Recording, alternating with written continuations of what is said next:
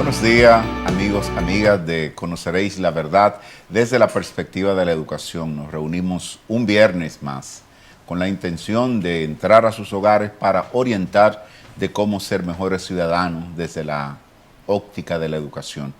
Gracias a Dios, hoy tenemos de regreso al arquitecto Sena. Luis, sí. Bienvenido. Hacía un par de semanas que por razones de salud y viaje no estábamos, así que un placer tenerle de nuevo para aquí para que este conversatorio sea completo. De hecho, los amigos que nos escriben directamente a nuestras redes nos preguntan cuando usted no viene, así que por favor no se ausente con tanta frecuencia. Luis, la República Dominicana vive todos los días, como decimos, procesos interesantes que van desde la necesidad de una ciudadanía responsable, capaz de pararse y decirle a las autoridades, decirle a quienes nos dirigen o a quienes nos pretenden dirigir también que las cosas no son como ellos creen, pero con una educación débil, una educación que no termina de producir al hombre y a la mujer libre para reconocer sus derechos y poder entender que lo que se le ofrece como dádiva son justamente lo que le corresponde por derecho, y no recibiendo una educación que les permita a cada hombre y a cada mujer ser libre. Yo creo que nosotros tenemos que levantar una contracultura donde la educación sea un antídoto contra la dominación y contra la manipulación. Y yo creo que el único antídoto para la manipulación y para la dominación es una educación cristiana verdadera. Una educación que eduque, como lo hemos venido diciendo enfáticamente en este programa, a los seres humanos a entender que toda lealtad o la lealtad absoluta solo le corresponde a Cristo. Y esa educación, parida en las aulas, en una interacción horizontalizada entre los maestros y los alumnos, donde el maestro respeta al alumno sabiendo que en él está la imagen de Dios y que el Creador en un momento le va a pedir cuenta de cómo trató, de cómo rebajó o cómo redimensionó la figura de ese ser humano que estaba delante de él. Es la única manera que nosotros tenemos para que la educación produzca ese tipo de individuo. Ahora, ¿por qué razón, si nosotros aquí lo estamos viendo tan claro, y hay otros que lo han visto, por qué razón no acabamos de ver una educación de carácter liberadora en la República Dominicana de manera particular y en nuestro contexto de América Latina? Los dominicanos y los latinoamericanos somos prisioneros. Como en programas anteriores lo hemos dicho, somos prisioneros de maneras de pensar que nos han atrapado, maneras de pensar diseñadas para perpetuar sistemas culturales jerárquicos, sistemas de autoridad jerárquicos. Es decir, nosotros estamos diseñados, socializados por una filosofía que considera que los humanos nos clasificamos entre algunos humanos mejores a los cuales Dios ha escogido para dirigirnos y una masa que debe ser sumisa a las directrices y a los oráculos de esa élite. Entonces, dentro de esa perspectiva, se educa para crear sirvientes y borregos. Los que conocen esa verdad les sacan ventaja, entiéndase eso, la élite religiosa, católica y evangélica, les saca ventaja a ese modelo porque es muy cómodo tener iglesias de personas que no estudien la Biblia por sí mismos, sino que todo lo que creen es lo que dijo el pastor. No, eso no es más que la perpetuación de ese sistema. Entonces, eso produce un tipo de ciudadano crédulo, apático, que está convencido de que Dios quiere que estemos viviendo como estamos viviendo y no hay una condición mejor en esta tierra para vivir, porque nos han vendido la idea de que nuestro bienestar y nuestro gozo está en el cielo, en la era venidera, no en esta. Entonces, ese sistema se basa en esa mentira que no es bíblica y con eso nos tiene dormido, con esa narrativa. Entonces, una nación dormida no es una nación libre y por lo tanto los sistemas culturales, incluyendo el sistema de educación, produce continuamente ese sueño, ese somnífero. Entonces, pudiéramos hablar de una educación que produce somníferos para que la gente siga durmiendo. Se supone que la Iglesia de Cristo, al predicar la palabra de Dios y llevarla al nivel del corazón de las personas y cambiando su cosmovisión, entonces eso debía producir esa libertad. Pero de hecho no es así, porque el Evangelio en nuestras naciones se ha adaptado a la cultura medieval que fue propagada en nuestras naciones. Necesitamos volver a las Escrituras y reexaminarlas con una perspectiva nueva, que es lo que hemos llamado una reforma en el siglo XXI del cristianismo. Luis, mientras le escucho, tengo que hacer una especie de reflexión rápida, sí, pensar de que la mayoría de nosotros está hecho para pensar solo en la parte de la dominación desde la perspectiva política. Es decir, es como si tuviéramos un dispositivo a rechazar todo lo que nosotros entendemos que políticamente nos parece autoritativo. Pero después, todos los demás modelos son de carácter autoritativo. Por ejemplo, los estudiantes, los médicos que están en la residencia, lo que son R1, están mandados de manera abusiva y son tratados abusivamente por los R2, R3 y R4. Al punto de que si un R2 llegó al salón y los R1 no se pusieron de pie, como si fuera una academia militar, posiblemente tengan una sanción de 24 y hasta 36 horas de servicio. Como una academia militar. Una academia militar. Eso se entiende como normal. De tal manera que cuando no hay manera de que los estudiantes R1 se quejen, los residentes son profesionales, se están especializando. No hay manera de que se quejen y encuentren asidero en sus quejas a los de más altos y lo único que le dicen, espera que llegue tu turno. Sí, esa es la filosofía de los sistemas de autoridad. Exactamente. Por eso, bíblicamente hay que analizar el mundo y los sistemas de autoridad. ¿Cómo funcionan los sistemas de autoridad? Los sistemas de autoridad son los principados y potestades a través de los cuales las huestes demoníacas influencian la conducta de las sociedades humanas.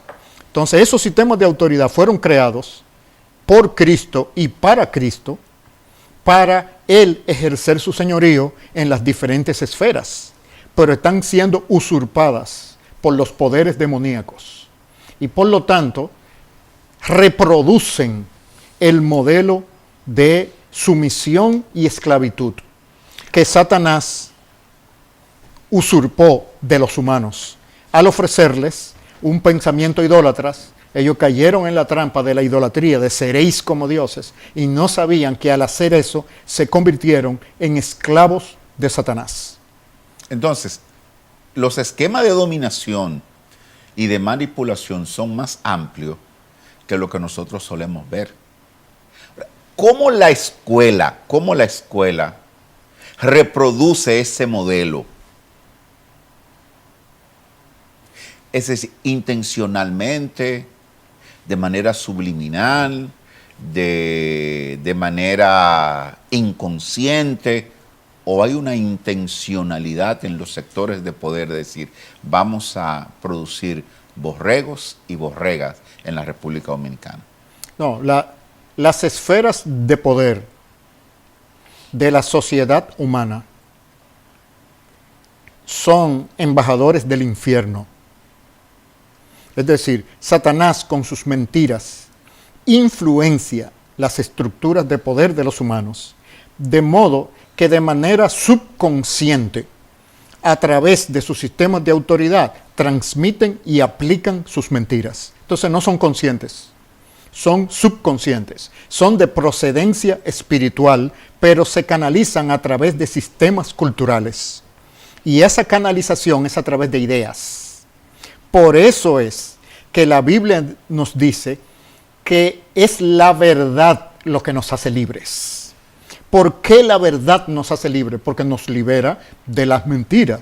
¿Y qué relación hay entre la verdad y la mentira y la condición espiritual? Que la mentira procede de un entorno espiritual y que la verdad viene de un entorno espiritual. Por eso es que libera. Entonces, es completamente subconscientes. Los humanos, después de Génesis 3, vivimos esclavizados de filosofías vanas inspiradas por el infierno, pero canalizadas a través de las estructuras de autoridad de las sociedades.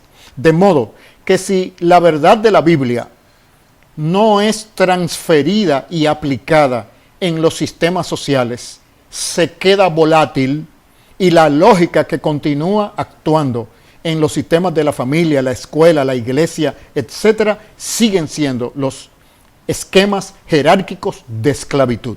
Así es como funciona la sociedad humana. Entonces, no es como una persona racista que considera que los marrones y los negros son subhumanos.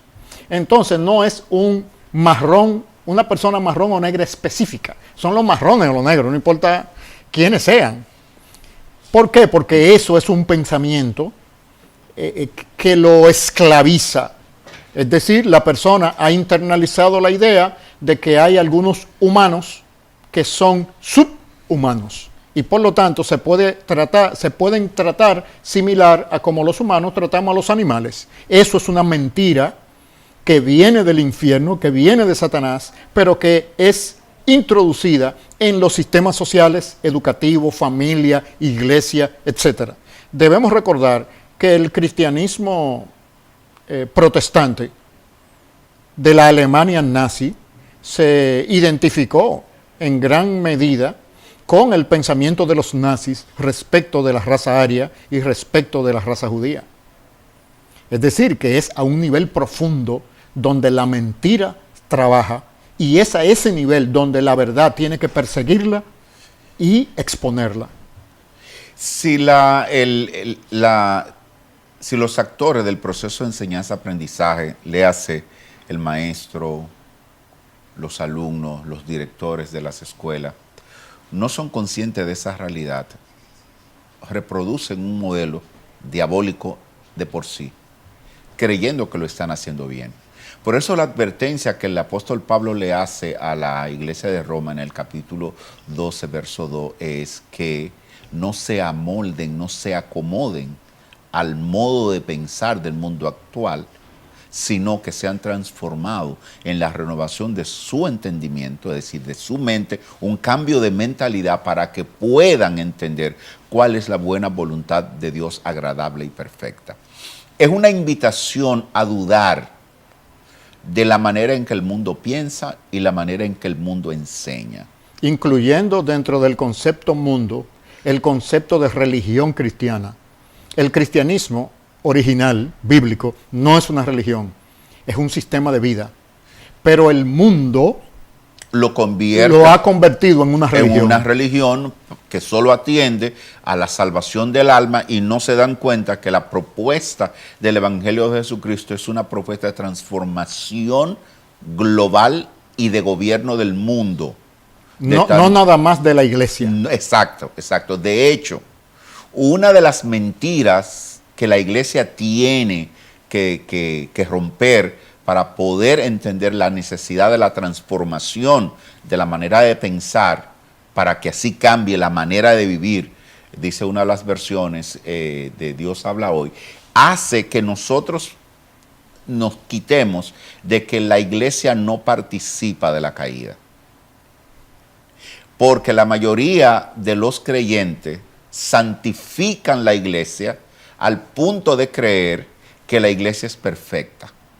Bueno, lo que pasa que el concepto de iglesia que nosotros hemos aprendido es el concepto del ministerio o institución, la organización. Entonces, la iglesia de Cristo tiene un componente sociológico organizativo, pero es esencialmente una comunidad orgánica. Esa segunda parte no se le enseña a la gente. Se le enseña que la iglesia es el ministerio, usualmente representado por sus líderes o por su líder.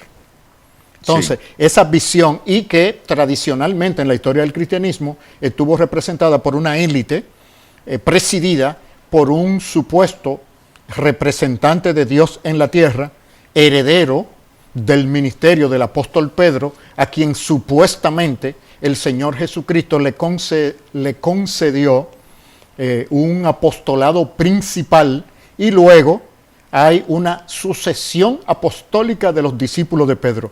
Todo eso es una estructura de mentira para producir un cristianismo, es decir, para deformar la presencia del reino de Dios en el mundo, convertirlo en una religión y someterlo a todas esas mentiras de esquemas de autoridad que hemos estado hablando. Entonces, con razón, a través de la historia del cristianismo, toda esa jerarquización que hemos visto en la esfera política, económica y cultural se realiza dentro de la iglesia.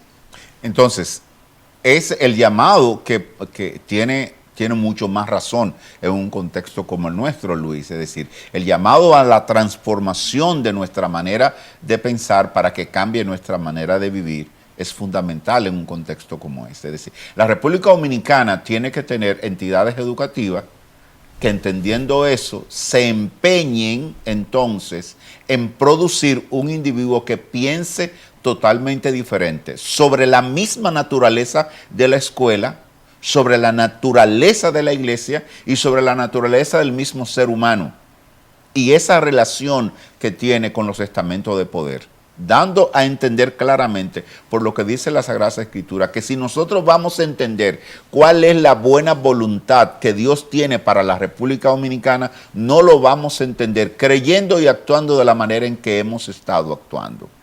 Claro, porque fíjate que Romanos 12:2, en la versión Reina Valera 1960, termina diciendo, para que comprobéis cuál es la buena voluntad de Dios, que es siempre agradable y perfecta. Es decir, no se puede comprobar y practicar la voluntad de Dios si no se ha cambiado la mente del mundo al reino de Dios. Entonces, por eso es que una de las doctrinas esenciales para una renovación del cristianismo en nuestra generación es la doctrina bíblica del reino de Dios. El evangelio es la buena noticia de una realidad. Esa realidad es el reino de Dios. Ese es el que produce personas libres. El evangelio centrado en la salvación de los pecadores, el beneficio de la criatura a expensa de la gloria de Dios, produce cristianismo religioso. El evangelio centrado en Jesucristo y su reino produce personas libres. El problema entonces es que para los líderes y para los pastores es cuesta arriba ministrarle a personas libres. Por eso es más fácil mantenerlos como sumisos y como esclavos, evadiendo esa tendencia natural de o siguiendo la tendencia natural de ejercer dominio sobre otros seres humanos. Y es bueno, Luis, que el elemento que introduce sobre el dominio, porque uno de los problemas de la escuela es un concepto erróneo de la disciplina. Es decir, creer que la disciplina de los estudiantes es que el estudiante haga lo que el profesor le está mandando hacer, aún que lo que esa ordenanza represente sea menoscabar la dignidad del estudiante. Cállese, siéntese. En ningún momento estamos respetando al estudiante que puede estar presentando una idea diferente a la que yo estoy planteando, o que me está diciendo a mí como profesor, mira, por mi casa se quemaron 5 casas y las familias ahora están a la intemperie y no tienen. Ese es el elemento que a mí me está atormentando. ¿Qué vamos a hacer? Y el profesor le dice, ok, lamentamos mucho que se hayan quemado las casas de tu vecino, pero vamos a la clase de hoy. En ese momento, este profesor que debió aprovechar el elemento que está trayendo este alumno y convertir la clase en un escenario de solidaridad y crear los valores en esos estudiantes de qué es lo que vamos a hacer ahora por esas 5 familias que lo han perdido todo. Y eso termina siendo la clase que esos estudiantes no olvidarán. El profesor lo manda a callar y lo manda a sentarse. Es que hay una razón. Oye, el sistema educativo que nosotros conocemos y practicamos viene de Prusia, del reino de Prusia en el siglo XVIII, y sobre todo se desarrolla durante el siglo XIX como parte de la revolución industrial y para crear obreros y soldados para el rey de Prusia. Eso creó un sistema diseñado por la orden de los jesuitas de la Iglesia Católica para crear soldados y obreros obedientes que no piensen y que sean sumisos. Es un sistema de desempoderamiento y un sistema de sumisión. En su mismo origen y estructura está diseñado para eso. Y si no es retado por los principios didácticos de la palabra de Dios, continúa produciendo el fruto para el cual se produjo. Es decir, el rey de Prusia necesitaba entrenar gente obediente para que fueran soldados y para trabajar en las fábricas en la naciente revolución industrial. Se creó un sistema educativo que emulara las líneas de producción de las fábricas y que emulara los sistemas militares. Por eso, así como el sargento le dice al cabo, cállese, así mismo el profesor le dice al alumno, y eso se reproduce. Se supone que el cristianismo debía retar eso y transformar el modelo educativo prusiano en un modelo del reino. Pero eso ha ocurrido en muy pequeña escala porque la educación cristiana tiende a darle seguimiento al concepto de cristianismo que se practica en las iglesias. Exacto. Y ahí es donde está su trampa. No yendo bíblico al original, sino sacándole fotocopia al folleto que el profesor dejó hace 10 años, sí, y que ya un 20% de las letras no se ven. No se ven. Y es bueno que nosotros los maestros, y me voy a incluir, entendamos que los alumnos interiorizan las creencias, los valores y la meta de los maestros. Y que mucho de lo que nosotros estamos viendo es el producto de los alumnos copiando a los maestros. Solo un ejemplo, Luis. Ha variado un poco porque hoy día tú puedes encontrar en las instituciones públicas y privadas muchos egresados de universidades privadas como INTEC, Pucamaima, UNIBE, UNFU, pero todavía para los años 80, la mayoría de los profesionales que encontrábamos en las aulas como docente y que encontrábamos en las instituciones públicas como empleado de cualquier área profesional eran mayoritariamente egresados de la UAS. En el año 66 se da el movimiento renovador dentro de la Universidad Autónoma de Santo Domingo y es un rompimiento en la estructura políticamente conservadora. Se expulsan a los conservadores y la Universidad Autónoma de Santo Domingo es ganada por una corriente progresista políticamente de izquierda con compromiso con el progreso y el desarrollo de la humanidad y de la solidaridad. Como la concebía el marxismo. Exactamente, desde la óptica marxista. De modo que la universidad formaba fundamentalmente individuos para operar en una sociedad comunista, una sociedad socialista, que era el anhelo y para lo cual la universidad en sus aulas se convertía en el laboratorio. ¿Qué pasó finalmente? Que lo que nosotros fuimos viendo es cada vez en la República Dominicana un alejamiento entre ese individuo que se estaba graduando con esas famosas ideas de solidaridad y avance de la humanidad, plegándose más a la práctica y a la convicción capitalista y prácticamente negando las enseñanzas. Y yo me pregunto, ¿no se dieron cuenta? ¿O intencionalmente estaban produciendo un individuo de esa naturaleza? Bueno, ¿me doy a entender? Claro, es que eso es un fenómeno que se dio en toda Latinoamérica. Por eso hay un libro escrito por un hijo de Vargas Llosa, El Manual del Perfecto Idiota, Así de... que analiza, bueno, fue un grupo que lo escribió, pero analiza Plinio, Apuleyo y así. sí,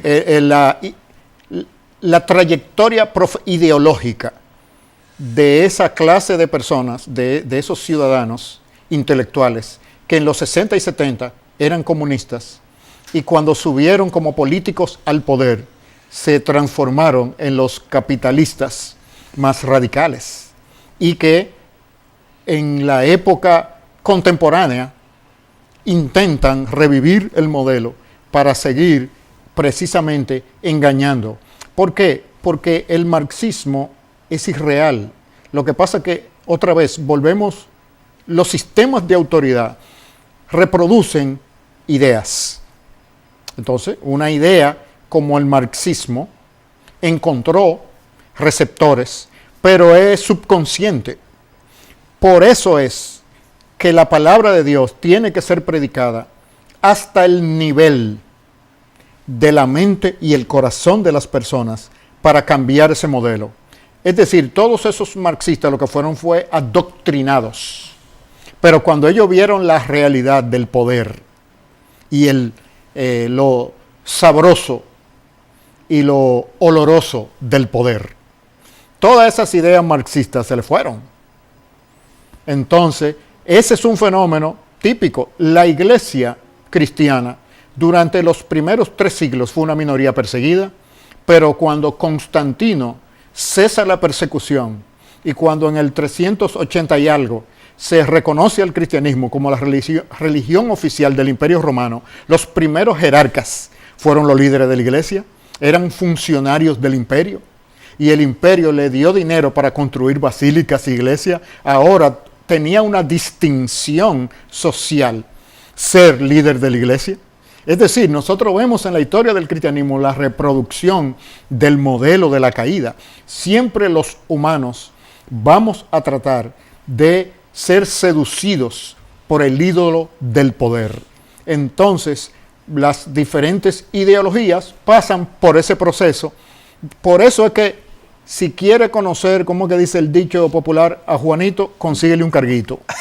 Eso es lo que pone en evidencia esa enseñanza histórica de la humanidad, de la cual el cristianismo no se ha podido librar. Entonces, ese fenómeno también pasa con muchos líderes de iglesia, que cuando entraron en los grupos de jóvenes a la iglesia, eran evangelizadores y discipuladores muy fervientes, hasta que entraron a la estructura de diaconado o entraron a ser pastores. Ya eso no vuelve hacia atrás, su identidad cambió. Es decir, en los humanos hay una seducción por el poder, que fue lo que Satanás le vendió a Adán y Eva. Seréis como Dios. ¿Por qué ustedes no pueden tener su propio negocio? ¿Por qué el negocio tiene que ser de Dios, de gobernar el mundo? Ustedes pueden ser su propio Dios, ustedes pueden tener su propio negocio y ser su propio jefe.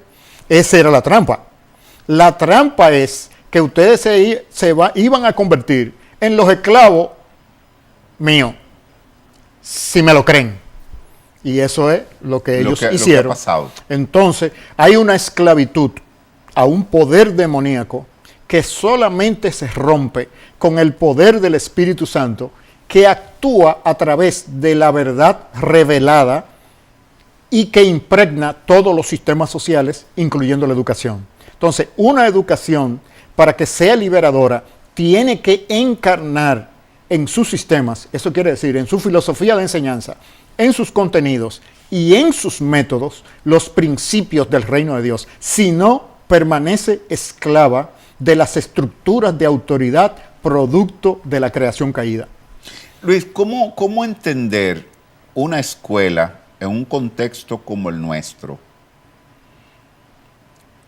pasando por situaciones?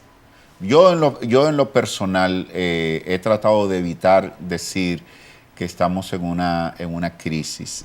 Yo más bien lo que veo es una rebatiña por el poder y una crisis creada por los actores de un lado y de otro, porque juegan al beneficio y al rédito de la incertidumbre sobre todo. Sí, ¿cómo esa escuela no toma lo que estamos viviendo y lo transforma en una enseñanza para siempre, sino que la escuela sigue en paralelo? Lo que está ocurriendo no es un elemento para que se convierta en insumo para la clase y para la oportunidad de enseñarle a los estudiantes lo que debe ser y lo que no debe ser a la luz de la interpretación de los hechos. ¿Es la escuela un espacio para la libertad o un espacio para el lavado de cerebro? Actualmente es un espacio para el lavado de cerebro. Es un espacio para el lavado de cerebro, la educación pública, y es un espacio para el lavado de cerebro de la educación privada. Y es un espacio para el lavado de cerebro, la educación privada cristiana. Nos encontramos dentro de un proceso de lavado de cerebro. Y los encargados de cambiarle el jabón a esa lavadora somos los cristianos. Y si los cristianos estamos atrapados en una visión religiosa del cristianismo, entonces las 7 fichas del mismo número están arriba de la mesa y el juego está trancado. Ese juego hay que barajarlo, como en el dominó. Tiene que ser un nuevo juego. Es decir, la escuela cristiana está reflejando los principios de la iglesia cristiana contemporánea. Y la iglesia cristiana contemporánea está siguiendo un modelo histórico, aunque es protestante, está siguiendo un modelo histórico desarrollado por la Iglesia Católica, no en su teología, sino en su práctica y en su concepción de autoridad y en su concepción de iglesia. La iglesia cristiana es un súbdito de una entidad más grande que en la Escritura se llama el reino de Dios. La iglesia no es el fin último del cristianismo. El fin último del cristianismo es su rey, Jesucristo, y su influencia sobre el sistema humano. Es decir, nosotros podemos ver el reino de Dios como un reino con una agenda de colonización de la sociedad humana. Y el agente encargado de esa colonización son las personas regeneradas y renovadas en su entendimiento dentro de ese reino, que se conforman en unidades sociológicas que nosotros llamamos iglesias locales. Si ese proceso de proyección de la verdad que liberta a las personas no se da, permanece atrapada dentro de esos sistemas jerárquicos y de opresión.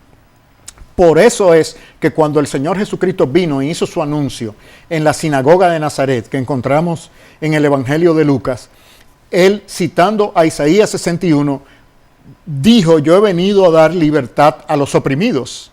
Entonces, ¿oprimidos de qué? Oprimidos por esa idea de que algunos humanos Dios los ha designado para tener dominio y autoridad y poder sobre otros humanos. Esa es la opresión y eso es lo que produce opresión. Es decir, todo sistema educativo que no enseña a las personas a ser libres y los administra como libres y responsables a la vez, porque la otra cara de la moneda de la libertad es la obligación o responsabilidad, no son los derechos. No es libertad y derechos, es libertad y responsabilidad. La libertad que tenían Adán y Eva tenía una responsabilidad.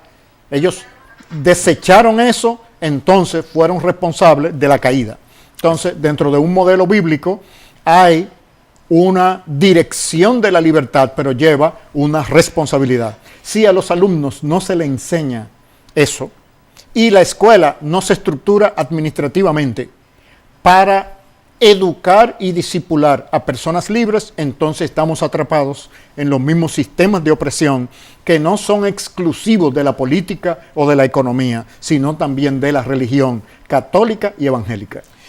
Eso nos lleva, Luis, claramente a establecer que una de las metas de la escuela cristiana es crear individuos autodisciplinados, libres y responsables. En el sentido, claro, de que la disciplina es el resultado de decisiones sabias. Y la escuela tiene que despertar en sus estudiantes justamente la capacidad de saber elegir y de tomar decisiones que lo hagan responsable y consciente de que lo que yo estoy haciendo tiene incidencia positiva o negativa y yo tengo que asumir ambas cosas. Mi accionar tiene consecuencias y yo no puedo excusarme diciendo, ay, yo no sabía, o eso, yo no soy irresponsable. No. Tus acciones tienen consecuencias y la escuela tiene que enseñar, promover la autodisciplina, el autogobierno, de tal manera que antes de yo estar pidiendo mis derechos, yo estoy comprometido a ser responsable en hacer lo correcto. La escuela tiene que formar individuos que sean capaces de decirle al profesor, eso que usted está diciendo a mí no me convence, porque yo, abriendo las Sagradas Escrituras, he encontrado esto. Leyendo otras literaturas he encontrado esto. Y me persuade más esta forma de pensar que la que usted me está tratando de presentar. Y el profesor debe respetar y lo único que tiene que hacer es sentarse y decirle cuál es la porción de las Sagradas Escrituras que te ha dado esa forma de pensar. Sentémonos y analicémosla juntos, porque posiblemente yo no tenga esa perspectiva y voy a aprender de ti tal como tú estás aprendiendo de mí. Esa es la meta de la escuela, es poder llevar al individuo a ese nivel de libertad. Pero eso es una escuela madura. Pero las escuelas que tenemos no están a ese nivel. Las escuelas no pueden producir lo que ellas no son. Entonces ellas tienen que modelar esa libertad. Esa libertad debe modelarse en el aula y debe modelarse en los sistemas administrativos. Pero con sistemas de autoridad y liderazgo tradicionales no es posible. ¿Por qué? Porque una de las enseñanzas claves de la escuela es que la relación entre los estudiantes en el aula y el profesor es una relación de pacto, donde el profesor tiene obligaciones y tiene responsabilidades, y los estudiantes también. Entonces la disciplina va en ambas direcciones. Tiene que enseñarse a los estudiantes a llamar a capítulo respetuosamente a los profesores cuando han violado los estatutos del pacto de la autoridad en el aula. Y por lo tanto, eso tiene que estar explícito. Es decir, el aula tiene que tener una constitución donde los gobernantes y los gobernados queden amarrados a ella. Y así enseñarle a los estudiantes que cuando la autoridad falta, hay un canon, el imperio de la ley, por encima de la persona de la autoridad a la cual se puede apelar. Y asimismo, el profesor puede apelar a las responsabilidades de los alumnos cuando los alumnos no se adaptan a ese pacto. Entonces, esa es la enseñanza de la libertad. Cuando una escuela no hace eso, lo que está es perpetuando un modelo de desempoderamiento. Y es el punto, Luis, aunque tú le llamas que debe ser una escuela madura, pero tiene que ser la meta de toda escuela cristiana. Así. Tiene que ser. Y cuando decimos la meta, quiere decir que no estamos ahí. Obvio, pero Exacto. la idea es, hay que caminar hacia allá. Hay que producir una transformación en las escuelas que ya existen y entrar en una cruzada de promoción, de apertura de nuevas escuelas cristianas con esta visión de libertad y de transformación de la sociedad para que nosotros podamos tener la esperanza de una sociedad diferente. Y estamos hablando de libertad conforme a los principios del reino de Dios, no libertad humanista y secular. Perfecto. Entonces, el punto que quiero resaltar es que en la medida en que esa escuela camina hacia allá, tiene una bifurcación necesariamente. Se va a experimentar en el aula un ejercicio de libertad y ese alumno que ha aprendido la libertad en el aula de la escuela camina hacia su participación en la iglesia con ese mismo sentido de libertad y de capacidad de cuestionar el accionar de sus líderes dentro de la iglesia y pedirle justamente el cumplimiento del pacto. Aquí tenemos una constitución, es la Sagrada Escritura, y todos nosotros tenemos que responder a ella. Cuando te salga, querido pastor, querido líder, pastor de jóvenes, cuando te salga de este cuadro que es nuestra constitución, que se llama la Sagrada Escritura, te vamos a llamar a capítulo y te vamos a ordenar someterte. Eso mismo, entonces, es lo que pasaría en la sociedad en su conjunto. Cuando nuestras autoridades se pasen de la raya, no tenemos que ir a la bandera, no tenemos que ir a las calles. Es decir, hay una manera clara de parte de la sociedad de decirle, usted se ha equivocado, se ha pasado de la raya y esta es la norma, este es el orden donde todos debemos estar. Hay que caminar hacia allá, Luis. Claro, pero eso es histórico. Por eso es que decía lex rex, la ley es rey, el imperio de la ley. Tenemos que caminar hacia el imperio de la ley. No la ley cuando me conviene, sino la ley para que nos convenga a todos. Señores, hemos llegado al final de este programa en el día de hoy. Esperamos haberles servido con nuestras ideas y que ustedes sigan reflexionando en sus casas. Los padres despierten hacia qué escuela están llevando a sus hijos y qué es el carácter que quieren ver. Así que, por favor, esperamos volvernos a juntar el próximo viernes a la misma hora en Conoceréis la Verdad desde la perspectiva de la educación. Luis, un placer tenerle de regreso y gracias. El próximo viernes nos juntamos. Feliz resto de la semana para todos y para todas. Dios me lo bendiga mucho. Amén.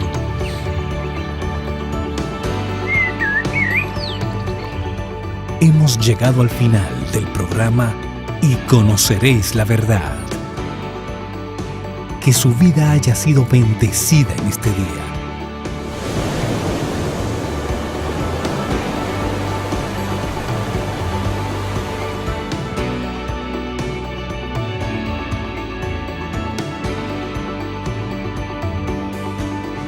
Le esperamos de lunes a viernes a esta misma hora. Invocamos la presencia de Dios sobre su vida y familia.